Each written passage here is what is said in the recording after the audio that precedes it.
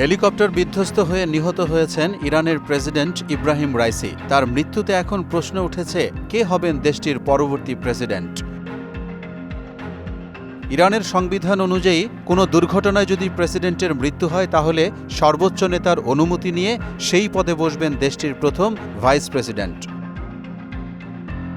ইরানে সাধারণত রাষ্ট্রের প্রধান হিসেবে ভূমিকা পালন করেন দেশটির সর্বোচ্চ নেতা। বর্তমানে আয়াতুল্লাহ আলী খামেনি সর্বোচ্চ নেতা হিসেবে দায়িত্ব পালন করছেন। এরপরই ক্ষমতার দিক থেকে বড় দায়িত্ব থাকে প্রেসিডেন্টের, যাকে সরকারের প্রধান হিসেবে বিবেচনা করা হয়। দেশটির সংবিধান অনুযায়ী প্রেসিডেন্ট পদ শূন্য হলে পরবর্তী 50 দিনের মধ্যে নির্বাচনের আয়োজন করতে হবে এবং নতুন প্রেসিডেন্ট বেছে নিতে হবে।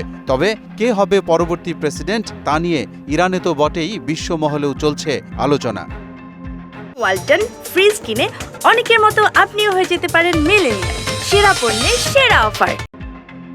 সংবিধান অনুযায়ী দেশটির বর্তমান ভাইস প্রেসিডেন্ট মোহাম্মদ মুখবার হবেন দেশটির পরবর্তী প্রেসিডেন্ট, যিনি 2021 সালের 4 আগস্ট থেকে ইরানের সপ্তম এবং বর্তমান প্রথম ভাইস প্রেসিডেন্ট হিসেবে দায়িত্ব পালন করছেন। এছাড়াও তিনি বর্তমানে এক্সপেডিয়েন্সি ডিসসার্নমেন্ট কাউন্সিলের সদস্য।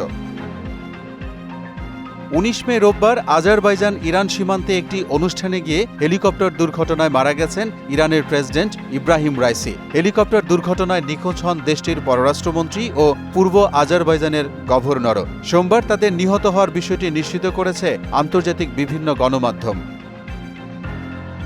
প্রেসিডেন্ট রাইসিকে বহনকারী হেলিকপ্টার যে অঞ্চলে দুর্ঘটনার শিকার হয় সেখানে ঘন কুয়াশা, বৃষ্টি এবং পাহাড়ি এলাকা হওয়ায় উদ্ধার অভিযান ব্যাহত হচ্ছিল। পাহাড় ও জঙ্গলে ঘেরা ওই এলাকার দৃষ্টিসীমা মাত্র 5 মিটারে নেমে এসেছে বলেও খবর পাওয়া যায়। মোহাম্মদ ওয়ালিউল্লাহ, মোহনা ডিজিটাল।